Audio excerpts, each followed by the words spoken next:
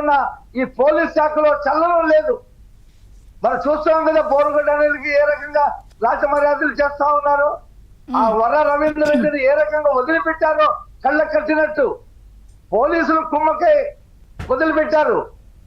మళ్ళీ అతన్ని అరెస్ట్ చేస్తారు. ఒక్క నిమిషం రఫీ గారు, ఇప్పుడే జగన్ గారు జస్ట్ ట్వీట్ చేశారు 8:29కి. ఇప్పుడు మన డిబేట్ అవుతున్న టైంలోనే జగన్ గారు ట్వీట్ చేశారు, we are waging a war against a demonic yellow media and its unethical social media.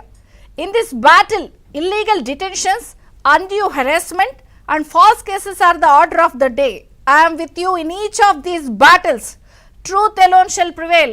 అంటే మీరందరూ చెలరేగిపోండి అన్నట్టుగానే ఉంది, నేను మీతోనే ఉంటాను అన్నట్టుగానే చెప్పారు. మీరందరూ కలిసి ఆ వారిని వారి సైన్యాన్ని ఏదో చేసేస్తున్నారు.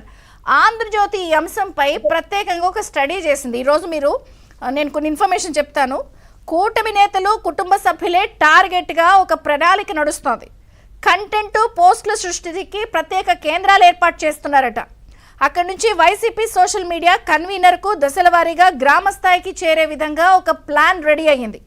సూత్రధారులు పాత్రధారులను పోలీసులు గుర్తించినా ఇంకొక విషయం ఏంటంటే 15,000 మందికి ఈ అంశం విషయంలో మీరు లుకౌట్ చేస్తున్నా ఎక్కడికక్కడ కేంద్రాలు పెట్టారట మనకు అందుతున్న సమాచారం.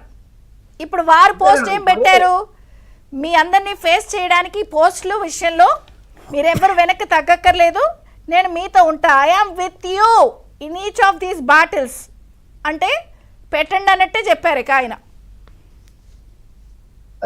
అదే మేడం, ఇప్పుడు అతను ఈ సోషల్ మీడియాని, ఈ సైకో గ్యాంగ్ ని, ఈ సైకో బ్యాచ్ తో పార్టీని నడపాలని చెప్పి అనుకుంటున్నాడు. వాళ్ళతోనే పార్టీని విస్తరించాలని చెప్పేసి అనుకుంటా ఉన్నాడు. ఓడిపోయినా అతనిలో ఎటువంటి మార్పు రాలా. 2014 ముందు ఏమైతే అబద్ధాలు చెప్పి నేను అధికారంలోకి వచ్చానో, అబద్ధాలు చెప్తేనే ప్రజలు ఓటేస్తారనే సిద్ధాంతాన్ని నమ్మాడు. మొన్న అబద్ధాలు చెప్పినా ఓడిచ్చారనేటువంటి విషయం మర్చిపోయి మళ్ళీ అబద్ధాలతోనే మనం పార్టీని నడపాలనేటువంటి పద్ధతిలోకి వెళ్తా ఉన్నాడు. ఇవాళ పోలీస్ శాఖ నేను అడుగుతా ఉన్నానండి, ఏంటంటే ఈ రకంగా పోలీసులు ద్వారకరావు గారు మీరు అన్ని చూస్తున్నారా లేదా? ఈ రకంగా జగన్మోహన్ రెడ్డి మిమ్మల్ని సప్త సముద్రాలు దాటి అయినా సరే తీసుకొస్తారంటే ఒక ఎంపీని అరెస్ట్ చేసి కొట్టేసినటువంటి కేసు ఏమైందండి? ఆయన కేసు పెట్టాడు, జగన్మోహన్ రెడ్డి కూడా అందులో నిందితుడిగా ఉన్నాడు. ఎంతవరకు వెళ్ళిందండి కేసు? అది ఎక్కడికి వెళ్ళింది కేసు? ఎక్కడికి వెళ్ళింది కేసు? ఏమైనా విచారణ జరిగిందా? ఆ A1, A2, A3, A4 అసలు పిలిపించారా లేదా?